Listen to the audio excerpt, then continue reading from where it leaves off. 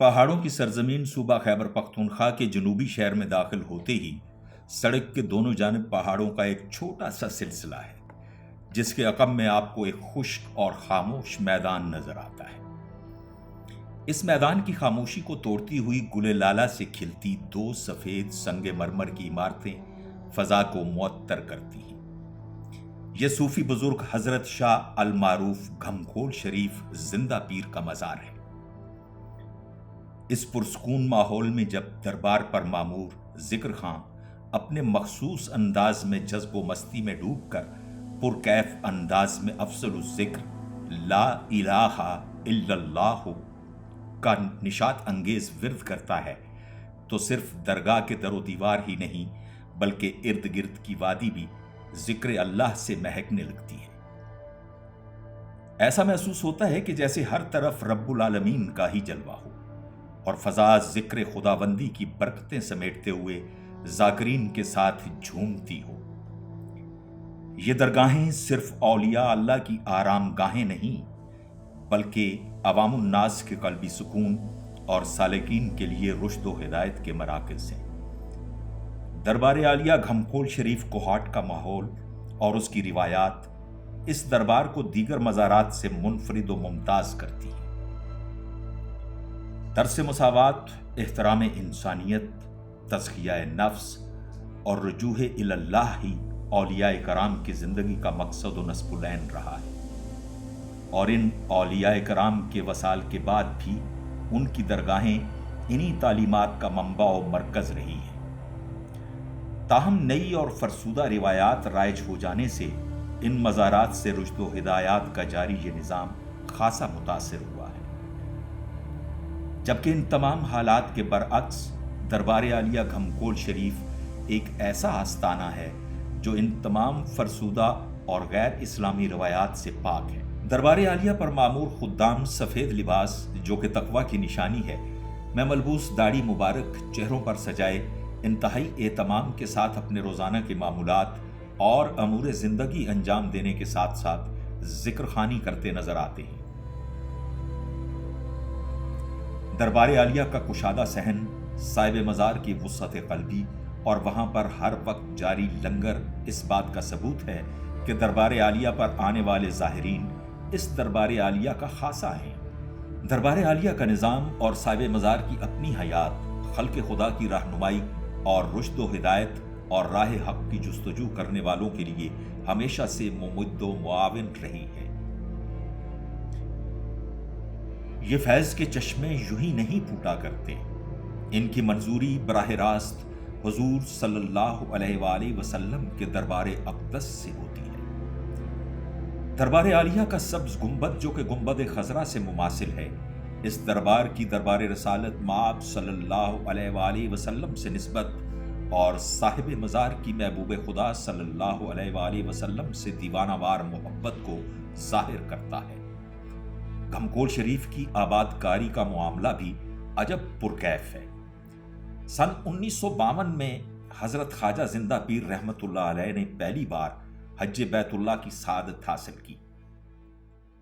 فریضہ حج کی ادائیگی کے بعد آپ مدینہ منورہ بارگاہ رسالت مآب صلی اللہ علیہ وآلہ وسلم میں حاضر ہوئے، جہاں آپ نے گنبد خضرا کے سامنے بارگاہ نبوی میں آپ صلی اللہ علیہ وآلہ وسلم کی منشا جاننے کی خواہش پیش کی۔ چنانچہ گنبد خضرا سے حبیب خدا صلی اللہ علیہ وآلہ وسلم کے دست رحمت کشا کا اشارہ ہوتا ہے کہ ان پہاڑوں کی طرف دیکھیں۔ اللہ کریم کی قدرت سے حائل تمام حجابات اٹھا لیے جاتے ہیں اور آپ دیکھتے ہیں کہ پہاڑی کا وہ حصہ جو آپ کے حجرہ مقدسہ کے ساتھ ملحقہ اور پیوست ہے، اس پر آپ کا نام زندہ پیر اور دربار عالیہ گھمکھول شریف لکھا ہوا ہے۔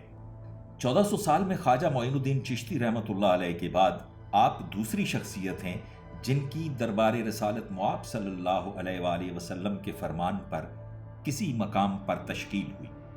چنانچہ آپ رحمت اللہ علیہ نے جناب رسالت مآب صلی اللہ علیہ وآلہ وسلم کے فرمان کی تکمیل کی۔ حکم ہوا کہ جا کے وہاں بیٹھ جائے، اور تب سے آپ نے تنہا اس غار کو اپنی خلوت کا شرف بخشا اور یوں دربار عالیہ گھمکوڑ شریف کوہاٹ کی آباد کاری کا سلسلہ شروع ہوا۔ آپ کو زندہ پیر کا نام مبارک حضور نبی پاک صلی اللہ علیہ وآلہ وسلم سے اسی وقت عطا کیا گیا تھا۔ حضرت خواجہ زندہ پیر کا اصل نام حضرت شاہ تھا۔ صوفی رب نواز صاحب اپنی تصنیف کنز العرفان فی شان حضرت خواجہ زندہ پیر علیہ رحمت رحمان میں آپ کا سن پیدائش 1912 بتاتے ہیں۔ آپ پیر غلام رسول شاہ قادری رحمت اللہ علیہ کے ہاں پیدا ہوئے۔ حضرت کی طبیعت اوائل عمری سے ہی عبادت کی طرف مائل تھی۔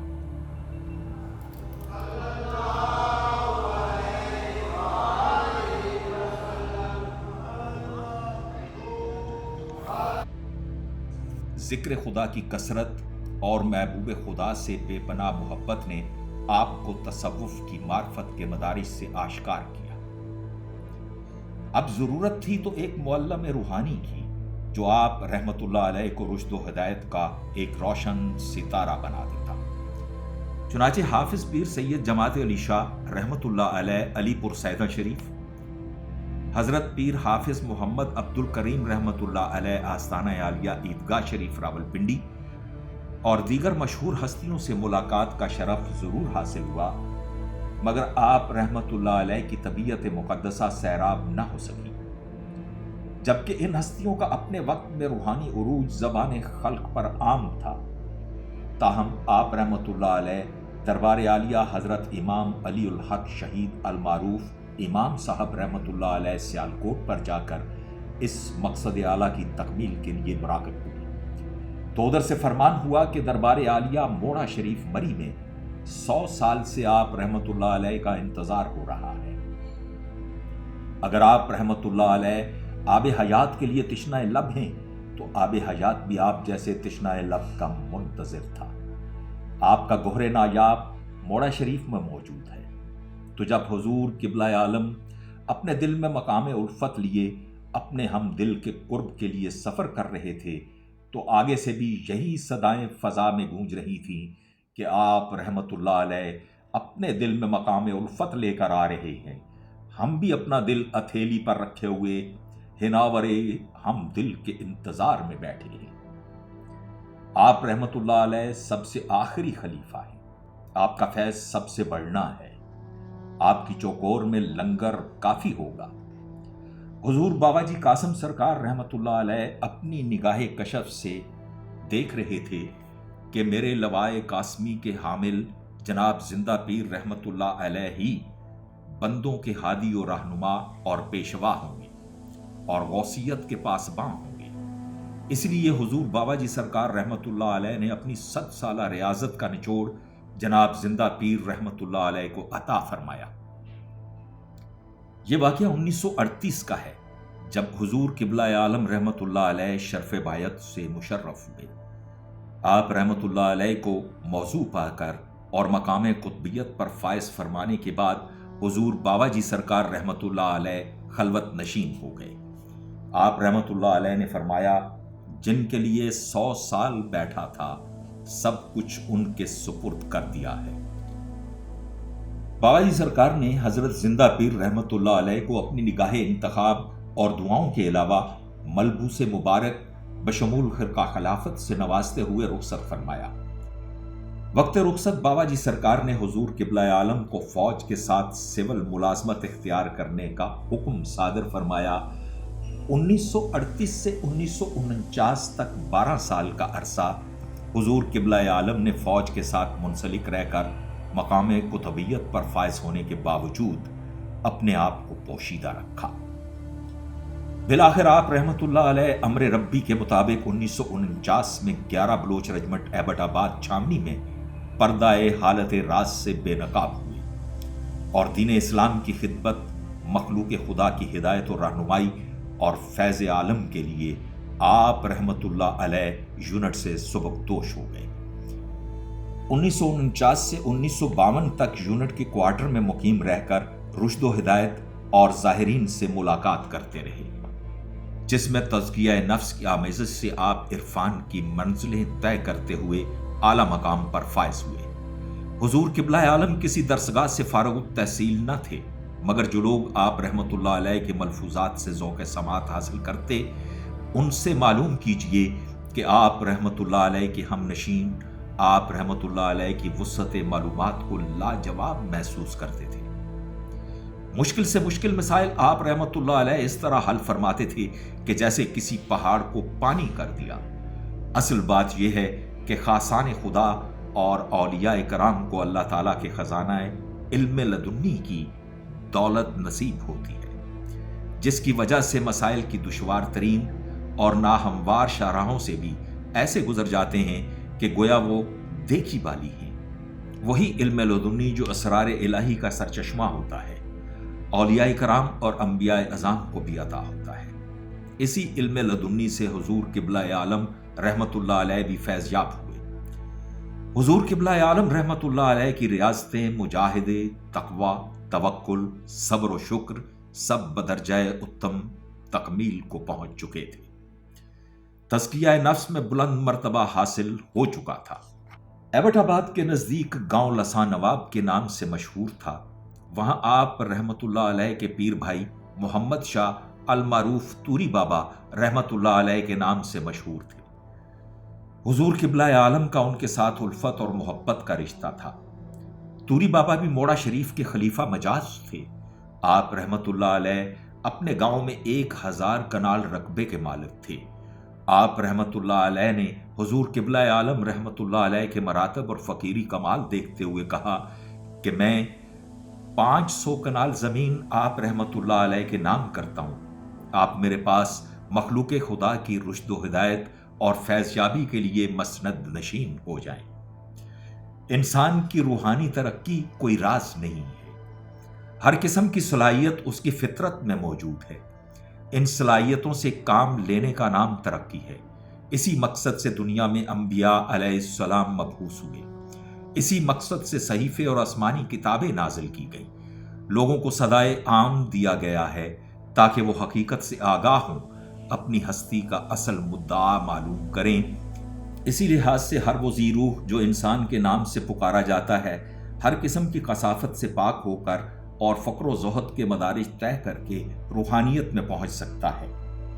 یہ خاک کا انسان جب ایمان کی روشنی سے دل و دماغ کو منور کرتا ہے، صوم و صلات کی پابندیوں سے نفس پر قابو لاتا ہے، زکوٰۃ و صدقات کے ذریعے سے حب مال کو دل سے دور کرتا ہے، فقر و قناعت، تسلیم و رضا کو اپنا شعار بناتا ہے، زہد و تقویٰ کی دولت روح کو تمام قسم کی آلودگیوں سے پاک کرتا ہے اور اسے علیم و صبر، رحم و شفقت، انس و محبت اور تمام اخلاق حسنہ کے بیش بہا زیوروں سے آراستہ کر دیتا ہے، تو دل میں عرفان کی تجلیات محسوس ہونے لگتی ہیں اور رفتہ رفتہ جسمانی و بہیمی کثافتیں دور ہو کر روحانی اور ملکوتی طاقتیں پیدا ہو جاتی ہیں۔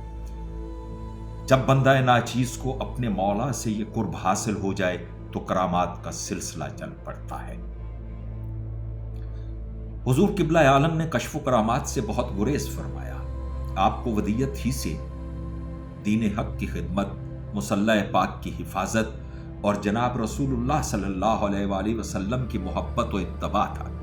تاہم بعض مواقع پر ایسے واقعات رونما ہوئے جن سے حضور قبلہ عالم کے کشف کا اظہار بھی ہوا اور کرامات بھی رونما ہوئی۔ آپ رحمت اللہ کی بے شمار کرامات مقدسہ ہیں جو مکمل طور پر کتابی صورت میں مارکیٹ میں پہنچ چکی ہیں۔ آپ کے گھمکول شریف میں مقام کے وقت سالکین نے آپ کی کئی کرامات کا مشاہدہ کیا۔ کہا جاتا ہے کہ شیر جیسے جنگلی جانور کی حرکات دے کر یوں لگتا تھا جیسے وہ آپ کے تابع ہو۔ بابا جی کا معمول تھا کہ سالکین سے ملاقات سے پہلے آپ صبح 11 بجے اپنے حجرے سے نکل کر دربار کے امور کا جائزہ لیتے تو دیکھنے والوں کو یوں محسوس ہوتا کہ دربار شریف میں موجود بطخیں اور کبوتر آپ کے ساتھ چلتے۔ آپ رحمت اللہ علیہ کے عقیدت مند دنیا کے ہر کونے میں موجود ہیں، جس میں دبئی، قطر، مسقط، سعودی عرب، امریکہ، India, Italy, Kuwait, Birmingham, London, South Africa, یونان، فرانس، ان تمام جگہوں پر آپ رحمت اللہ علیہ کے عرس مبارک منائے جاتے ہیں۔ اور گھمکول شریف میں ہی تادم واپس حضرت زندہ پیر صاحب رحمت اللہ علیہ کا درس شریف جاری رہا، جس سے اطراف و اکناف کے لاتعداد تشنگان علوم معرفت سیراب ہو کر نکلے، اور ایسے نکلے کہ خود انہوں نے اپنے سرچشمہ باطنی سے لاکھوں کو فیض یاب کیا۔ طریقت معرفت کا یہ نیر تاباں لاکھوں افراد کو روشنی دے کر 3 ذوالحج 1419 ہجری بمطابق 22 مارچ 1999 بروز سوموار 87 سال کی عمر مبارکہ میں غروب ہوا۔ آپ کے وصال کے بعد آپ کے فرزند ارجمند پیر منور حسین شاہ المعروف پیر بادشاہ سرکار کی دستار بندی کی گئی اور انہیں گھمکول شریف کا سجادہ نشین مقرر کیا گیا۔ گھمکول شریف پیر صاحب کے آنے سے بنا، اور اس کا نام بھی انہیں حضور صلی اللہ علیہ وسلم کی بارگاہ سے عطا ہوا، اور جب آپ یہاں پہ تشریف لائے، جب آپ کو حکم ملا کہ آپ وہاں پہ چلے جائیں، تو آپ نے عرض کیا کہ اس جگہ پہ تو کچھ آبادی نہیں ہے، کوئی نام نہیں ہے اس جگہ کا، تو پھر انہیں یہ نام بھی عطا کیا گیا، اور اسی وقت آپ کا نام حضرت زندہ پیر صاحب بھی مشہور ہوا، اور پھر آج تک اور انشاءاللہ قیامت تک یہ نام حضرت زندہ پیر ہی رہے گا۔ کہ اس متلاشی پلیٹ فارم سے میں یہ مخلوق خدا کو ایک پیغام دینا چاہتا ہوں کہ اس گئے گزرے دور میں وہ ایک دفعہ دربار علیہ گھمکول شریف ضرور تشریف لائیں۔ آپ کی سالانہ عرس شریف کی سہ روزہ تقریب 3 ذوالحجہ سے شروع ہوتی ہیں، جس میں اندرون و بیرون ممالک سے علماء و مشائخ عظام، قراء اور نعت خواں حضرات کے علاوہ مریدین و ظاہرین کی کثیر تعداد شرکت کرتی ہے۔ عرس مبارک جمعے کے روز فجر کی نماز سے باضابطہ طور پر شروع ہو جاتا ہے۔ ناشتے کے بعد سب سے پہلی صبح 10 بجے تک قرآن کریم کا دور ہوتا ہے، اور پھر جمعے کی نماز تک محفل نعت سجتی ہے، اور پھر نماز کے بعد کلمہ طیبہ کے ذکر کا سلسلہ ہوتا ہے۔ دوپہر میں پھر لنگر کا اہتمام ہوتا ہے۔ دکھنے میں آپ کو یہ روٹی کا لنگر نظر آتا ہوگا، لیکن حقیقت میں یہاں لوگ نور سے سیراب ہونے آتے ہیں۔ آپ اسے برکت کہہ لیجئے، یہ اللہ والوں کی مہمان نوازی، یہ خدمت خلق کا ایک جذبہ ہے، یہ ایک اشارہ ہے کہ خدمت خلق سے بڑھ کر کوئی عبادت نہیں ہو سکتی۔